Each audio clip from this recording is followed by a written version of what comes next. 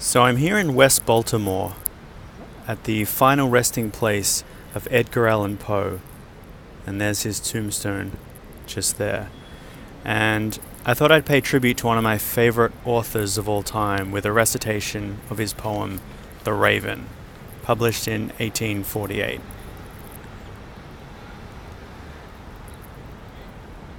Once upon a midnight dreary, while I pondered, weak and weary, over many a quaint and curious volume of forgotten lore, while I nodded, nearly napping, suddenly there came a tapping, as of someone gently rapping at my chamber door.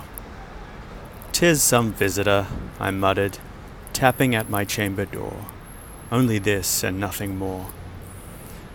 Distinctly I remember, it was in the bleak December, and each separate dying ember wrought its ghost upon the floor. Eagerly I wished the morrow. Vainly I had sought to borrow from my books surcease of sorrow. Sorrow for the lost Lenore, for the rare and radiant maiden whom the angels name Lenore, nameless here, forevermore. And the silken, sad, uncertain rustling of each purple curtain thrilled me, filled me with fantastic terrors never felt before, so that now to still the beating of my heart I stood repeating, "'Tis some visitor entreating entrance at my chamber door, some late visitor entreating entrance at my chamber door. This it is and nothing more." Presently my soul grew stronger, hesitating then no longer. "Sir," said I, "or madam, truly your forgiveness I implore, but the fact is I was napping, and so gently you came rapping, and so faintly you came tapping at my chamber door that I was scarcely sure I heard you. Here I opened wide the door. Darkness there, and nothing more. Deep into that darkness peering, long I stood there, wondering, fearing, doubting, dreaming dreams no mortal ever dared to dream before. But the silence was unbroken, and the stillness gave no token, and the only word there spoken was the whispered word, "Lenore?" This I whispered, and an echo murmured back the word, "Lenore." Merely this and nothing more. Back into the chamber turning, all my soul within me burning, here again I heard a tapping, somewhat louder than before. "Surely," said I, "surely that is something at my window lattice.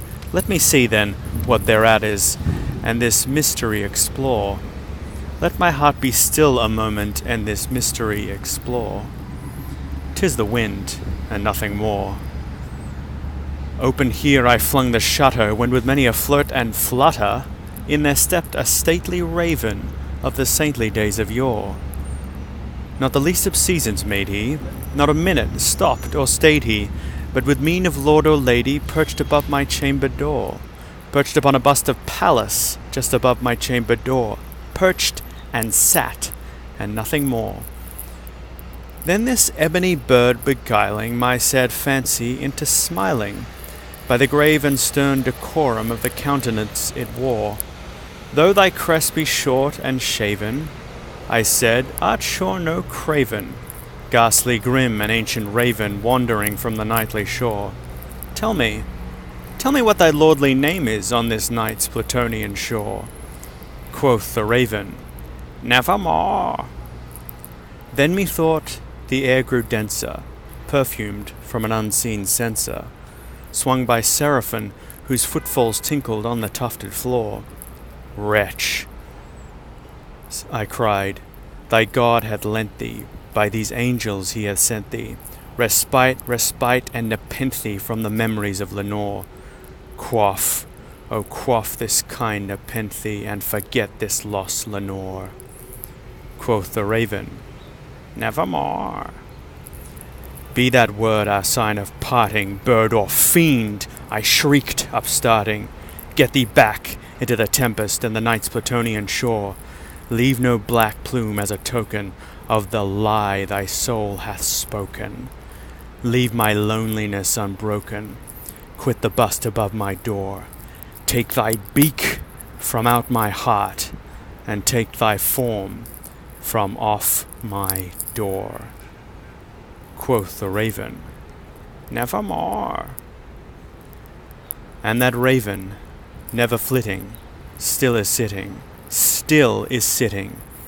on the pallid bust of Pallas just above my chamber door, and his eyes have all the seeming of a demon's that is dreaming, and the lamplight o'er him streaming throws his shadow on the floor. And my soul, from out that shadow that lies floating on the floor, shall be lifted nevermore.